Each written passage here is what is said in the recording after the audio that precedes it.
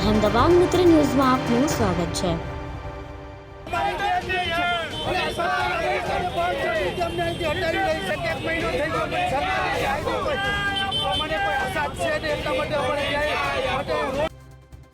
Rajkot TRP game ઝોનમાં થયેલ અગ્નિકાંડને આજે 1 મહિનો પૂર્ણ થયો છે, ત્યારે આજે પ્રથમ માસિક પુણ્યતિથિ નિમિત્તે પીડિતાઓને ન્યાય અપાવવા માટે કોંગ્રેસ દ્વારા રાજકોટ સ્વયંભૂ બંધનું એલાન કરવામાં આવ્યું છે। આ બંધના સમર્થનમાં પ્રદેશ કોંગ્રેસના પ્રમુખ સહિતના નેતાઓ તેમજ સૌરાષ્ટ્રના નેતાઓ જોડાશે અને જો કોઈ જગ્યાએ બંધને સમર્થન નહીં હોય તો તે જગ્યાએ હાથ જોડી વિનંતી સાથે અપીલ કરી અડધો દિવસ બંધ પાડવા માંગ કરવામાં આવી રહી છે।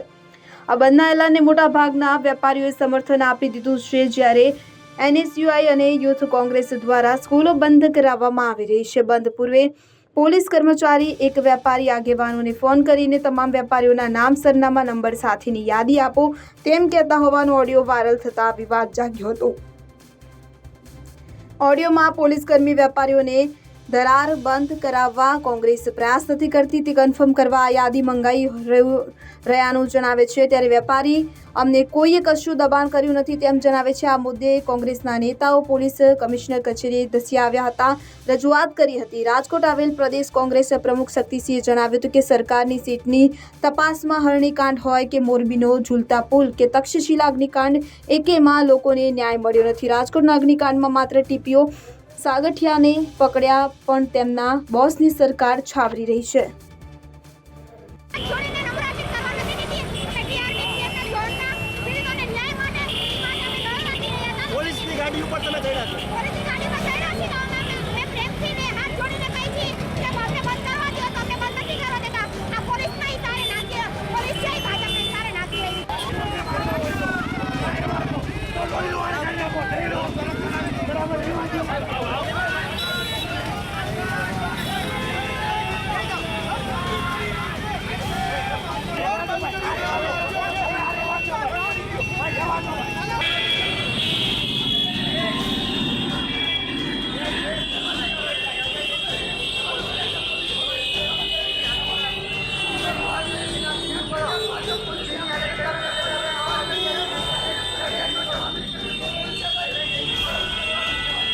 ખાસ કરીને પોલીસ છે એ બંધ કરી રહી છે કે સ્પેસિફિક બંધનું એલાન છે। અમે રિક્વેસ્ટ કરીએ છીએ કોઈને જાનહાનિ કે અમે નુકસાન પહોંચાડ્યું નથી, છતાં પોલીસ દ્વારા દાદાગીરી કરી અને કરવાનું કામ કરી રહી છે, પણ આ વિરોધ ચાલુ રહેશે। રાજકોટ બંધ રહેશે। પીડિતના પરિવાર સાથે પણ બળજબરી કરવામાં આવી બેન ગઈ છે, એ પીડિતના ભાઈ સાથે પણ આવો ગેરવ્યવહાર કરી અને ક્યાંક ને ક્યાંક પોલીસ પોતાની માનવતા ભૂલી ગઈ છે, પણ અમે યાદ અપાવીએ છીએ રાજકોટ પોલીસ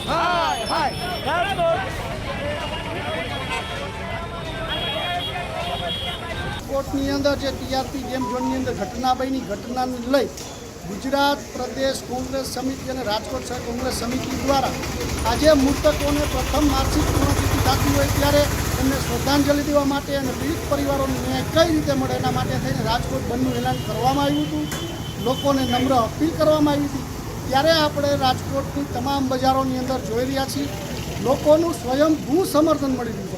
લાખાજીરાજ રોડ હોય, ધર્મેન્દ્ર રોડ હોય, સોની બજાર હોય, પેલેસ રોડ હોય કે ગીકાટા રોડ હોય, મુખ્ય બજારો આજે જ્યારે બંધ પાડી અને લોકો સ્વયંભૂ જોડાઈ રહ્યા હોય ત્યારે રાજકોટની જનતા પણ હવે ઈચ્છી રહી છે કે તક્ષશિલા કાંડ થયું, હરણી બોટ દુર્ઘટના થઈ અને છેલ્લે મોરબી થયું અને મોરબી બાદ રાજકોટ જે રંગીલું શહેર કહેવાતું હતું, રંગીલા શહેરની અંદર જે કાળી ટીલી બેસાડવામાં આવી એ ટીલી આવનારા દિવસોમાં ભવિષ્યમાં ફરી ન બને અને આવા ગુનેગારો અને જે પાર્ટીના જેમાં કોઈ પણ જોડાયેલા હોય એ લોકોને તાત્કાલિક અસરથી ફાસ્ટ ટ્રેક કોર્ટની અંદર સજા મળે।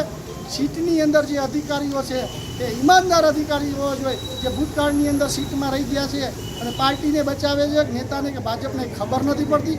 આવી સીટની સામે જ્યારે સમર્થન લઈ અને લોકો પણ સમર્થન આપી રહ્યા છે કે આ લોકોને, પીડિત પરિવારને અને મૃતકોને ન્યાય મળવો જોઈએ, એ લઈને આજે રાજકોટ સંપૂર્ણ બંધ છે, આપણે સજ્જડ બંધ છે। કેન્દ્ર સરકારમાં આ વસ્તુનો પડઘો પડશે, શું લખીએ છો? રાહુલ ગાંધીજીએ અમારા ધારાસભ્ય શ્રી જિગ્નેશભાઈ મેવાણી અને અમારા લાલજીભાઈ દેસાઈ રાષ્ટ્રીય સેવાદળ અધ્યક્ષના આગેવાનીમાં લોકો સાથે, પીડિતો સાથે ઝૂમ મિટિંગ કરી હતી અને ઝૂમ મિટિંગમાં પણ એવું કીધું છે કે આ મુદ્દો હવે લોકસભાની અંદર પણ મૂકવામાં આવશે અને રાજ્યસભાની અંદર પણ મૂકવામાં આવશે અને સરકારના કાન સાંભળવામાં આવશે કે ગુજરાત સરકાર ત્યારે સૂતી છે, જો તમારામાં તાકાત હોય તો જાગો, નકર કોંગ્રેસ તો હર હંમેશ લોકોની સાથે છે। અહેમદાબાદ મિત્ર ન્યૂઝની યુટ્યુબ ચેનલને સબસ્ક્રાઇબ કરો અને બેલ આઇકોન જરૂરથી દબાવો, જેથી દરેક મહત્ત્વના વિડીયોની નોટિફિકેશન તમને મળતી રહે.